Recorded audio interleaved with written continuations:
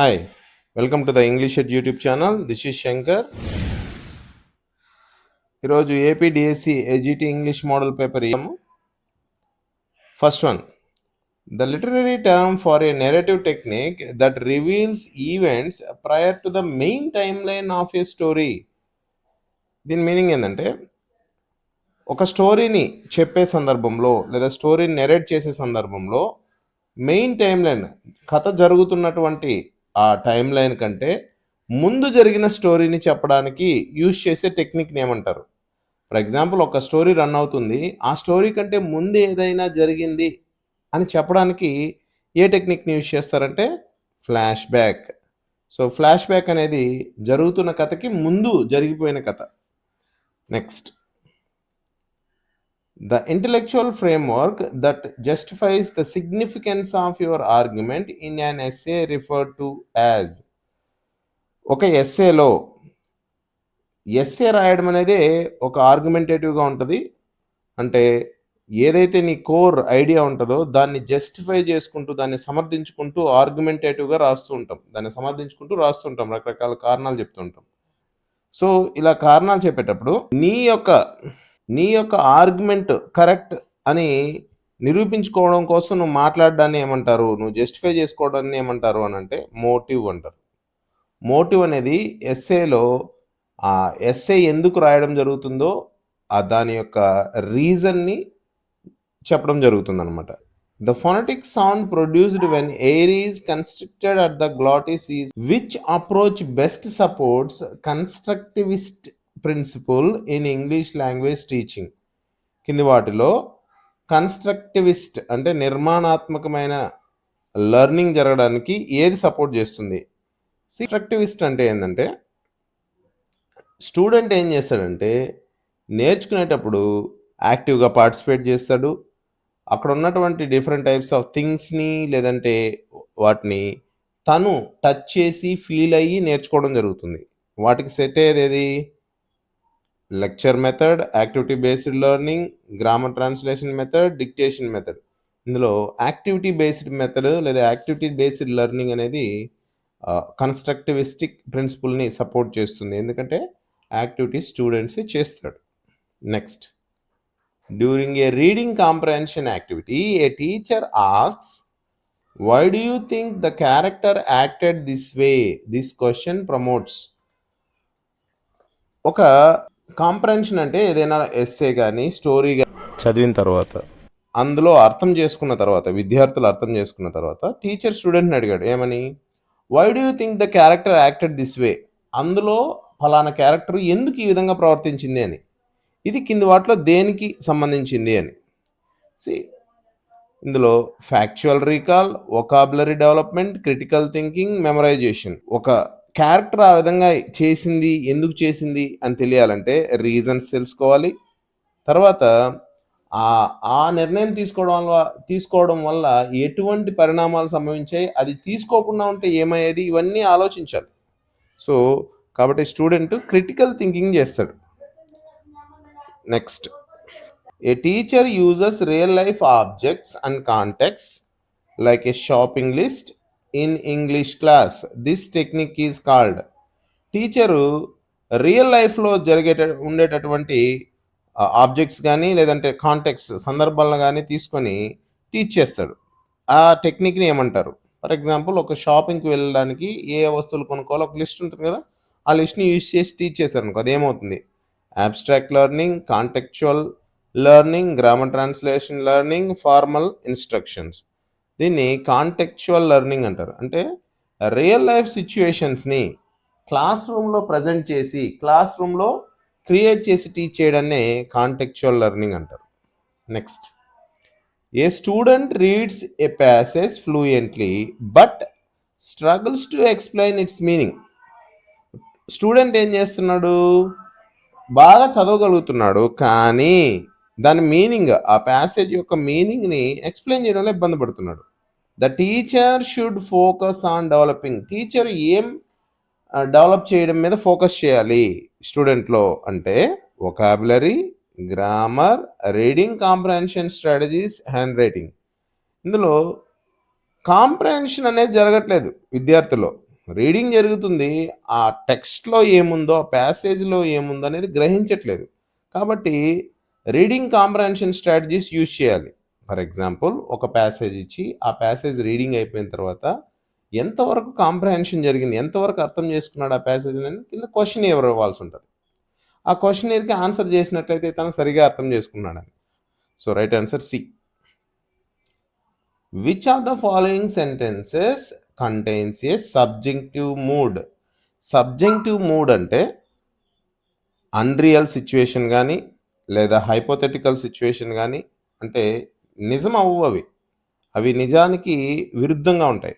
వాటిని తెలియజేసేది ఏది? సబ్జెక్టివ్ మూడ్ని తెలియజేసేది. ఇందులో right answer if she were here she would help us.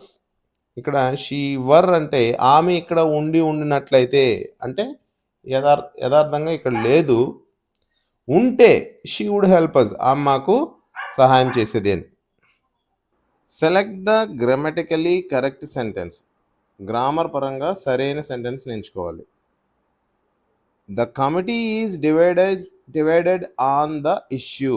Committee is divided on the issue అంటే కమిటీ అనేది collective noun.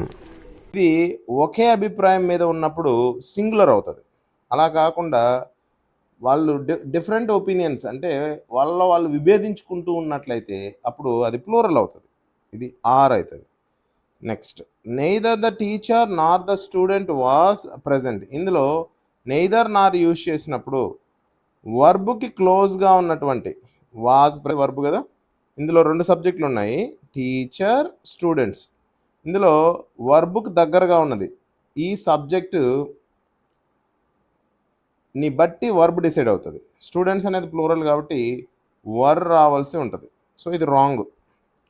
Each of the boys have finished their work.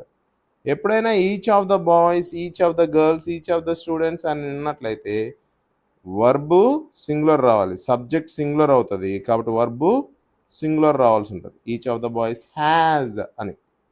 Next, the data is being analysed by the team.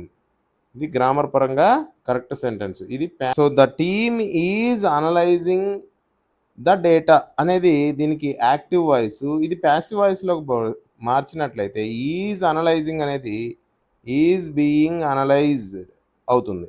So right answer D. Next, choose the correct verb form to complete the sentence. Correct verb ఫామ్ని ఎంచుకోవాలి. The government dash new policies to address the crisis. So ఇందులో government అనేది singular subject.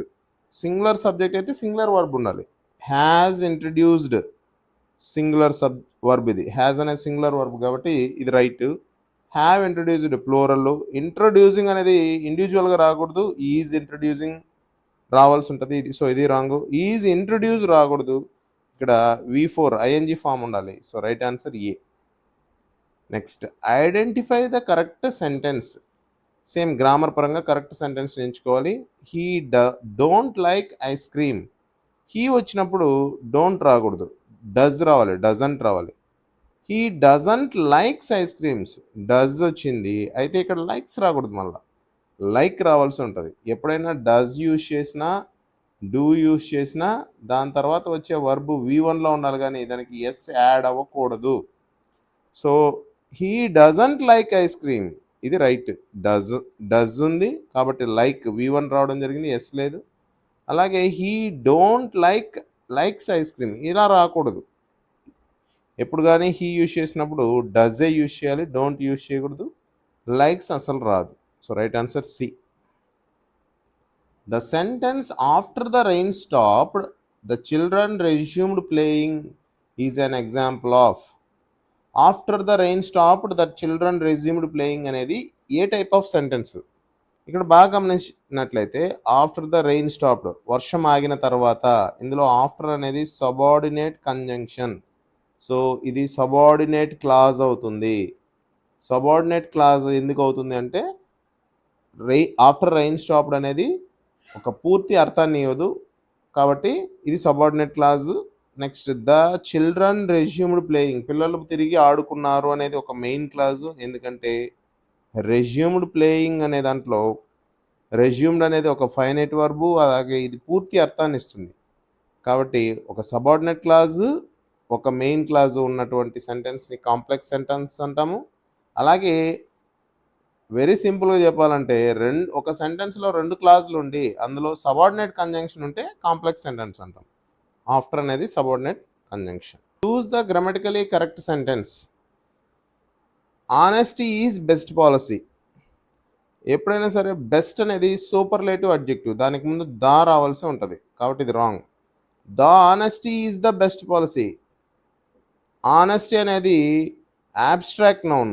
Abstract noun ముందు article use చేయడం అనేది చేయకూడదు. Honesty is the best policy, ఇక్కడ article లేదు, బెస్ట్కి ముందు డెఫినెట్ ఆర్టికల్ దా రావడం జరిగింది, కాబట్టి రైట్ ఆన్సర్ ఇదే. The honesty is the best policy, ఇక్కడ ఆర్టికల్ ఉండకూడదు కాబట్టి ఇది wrong. Right answer C. Next, select the correct preposition. She was staring dash the painting in ఆ. ప్రిపోజిషన్ ఎంచుకోవాలి. She was staring the dash painting in awe అంటే staring at. ఏదైనా ఒక painting కానీ ఏదైనా వస్తువుని కానీ పర్సన్ని కానీ తదేకంగా చూస్తున్నారు అనే సందర్భంలో స్టేరింగ్ అట్ అంటారు. ఆ పెయింటింగ్ చూసి ఆశ్చర్యంతో చూస్తూ ఉంది అని. రైట్ ఆన్సర్ ఏ.